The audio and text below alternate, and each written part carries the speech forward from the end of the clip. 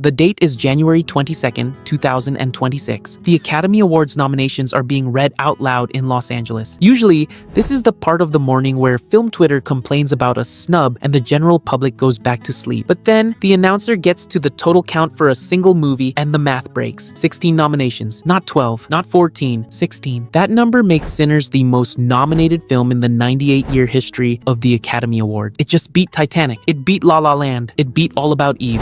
And it did it with a movie about vampires in the Jim Crow South. On paper, this is impossible. The Oscars do not nominate horror movies. They tolerate them. Maybe they give a sound editing nod to a monster movie or a makeup award to a slasher, but they do not invite the vampires to the main table. The Shining got 0 nominations. Hereditary got 0. Even Us was ignored. The Academy has spent a century telling us that fear is not art. Fear is cheap. Fear is for teenagers in a mall parking lot, not for the Dolby Theater. And yet, here we are, Ryan Coogler and Michael B. Jordan just walked into the most exclusive club in Hollywood, kicked the door off the hinges, and replaced the string quartet with a scream. So, how did a genre film that should have been a fun popcorn weekend suddenly become the most acclaimed movie in history? To understand the Sinners paradox, you have to realize this isn't actually a story about a movie. It is a story about a business that is terrified of becoming irrelevant. To really see the machine at work, we have to rewind.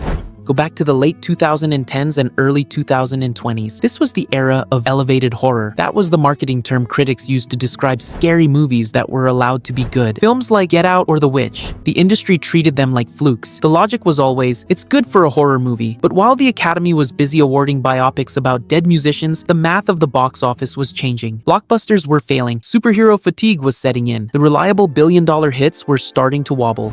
But horror? Horror was the only thing that never broke. It was cheap to make, it put butts in seats, and it created the one thing Hollywood was desperate for, a communal event. Ryan Coogler knew this. When Sinners was announced, the headlines focused on the plot. Michael B. Jordan playing twin brothers fighting bloodsuckers. It sounded like a graphic novel. It sounded like a grindhouse flick. But look at the business structure underneath it. This wasn't a studio hiring a director to make a product. This was a package deal. Coogler and Jordan weren't asking for permission. They were building leverage. They took a genre that is usually treated as disposable trash and wrapped it in the prestige usually reserved for a Spielberg drama. This is the same strategy we saw with Beyoncé and Parkwood Entertainment. While the world saw a country album, she was building a business ecosystem. Coogler didn't just make a vampire movie. He made a period piece drama that happened to have fangs. He forced the Academy to look at the craft, the production design, the cinematography, the acting, before they could dismiss the genre. He hacked the system. He knew that if he made the technical elements undeniable, the voters couldn't use their usual excuse of, it's just a monster movie.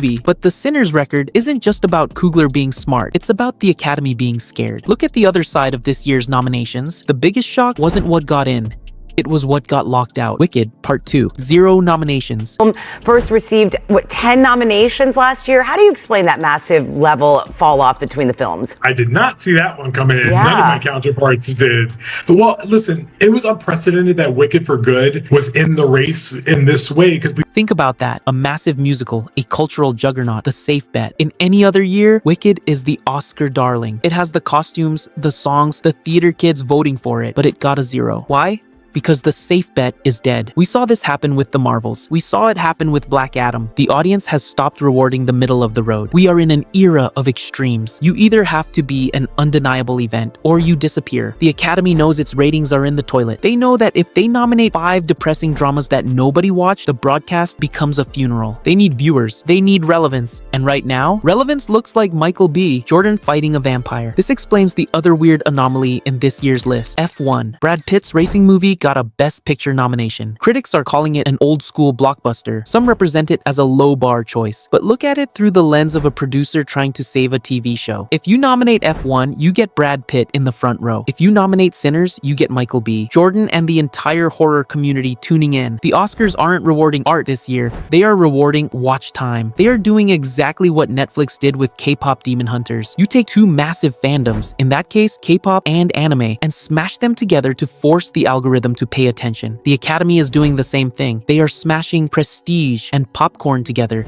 because they know if they don't, they are going to go the way of the American Mall, a giant empty building that used to mean something. And that brings us to the controversy. There is a loud group of critics online right now arguing that Sinners getting 16 nominations is inflation. They say it's too much. They say a genre film shouldn't hold the record over Titanic. But that argument misses the point. Titanic was a disaster movie. All About Eve was a showbiz melodrama. The Oscars have always chased the biggest spectacle of the era. The difference is, for the last 20 years, they forgot that. They spent 2 decades trying to separate high art from big business, treating successful movies like Michael Bay films, efficient products that didn't deserve a statue. Sinners broke that wall. It proved that you can have the technical precision of an art house film and the visceral thrill of a Friday night slasher. It proved that genre is just a label the industry uses to underpay writers and directors. But the paradox of Sinners is this: by finally letting horror in, the Oscars didn't save the genre. The genre saved the Oscars. Horror didn't need a gold statue to be relevant. It has been the most profitable, consistent, and creative engine in Hollywood for a decade. It survived streaming. It survived the pandemic. It survived the death of the movie star. Horror was doing just fine in the dark. It was the Academy that needed the light. When the ceremony happens in March, it doesn't really matter if Sinners wins all 16 awards or if it goes home empty-handed. The shift has already happened. The wall is gone. The idea that there is a type of movie that wins Oscars, the quiet biopic, the historical drama, has been shattered by a movie about blood and survival. And maybe that's fitting, because if you look at the history of Hollywood, from the studio system to the streaming wars, it has always been a survival horror story. You either adapt or you get eaten. The Academy just decided it wants to live. The question now is, what happens next? Does this open the door for sci-fi, for comedy, or will the industry panic next year and go back to nominating safe, boring dramas that feel like homework? If the pattern holds, the answer is usually fear. Hollywood is a copycat league. Now that Sinners has shown that you can break records with a genre film, expect every studio in town to suddenly greenlight their own elevated prestige blockbuster. We are going to see a lot of bad imitations. We are going to see studios trying to engineer Oscar horror in a lab, missing the point that Coogler's film worked because it had a singular vision, not because it checked a box. But for right now, the record stands. 16 nominations, the vampires won. And somewhere in a boardroom at Warner Bros. Or Universal, an executive is looking at a spreadsheet and realizing that the most valuable thing you can be in 2026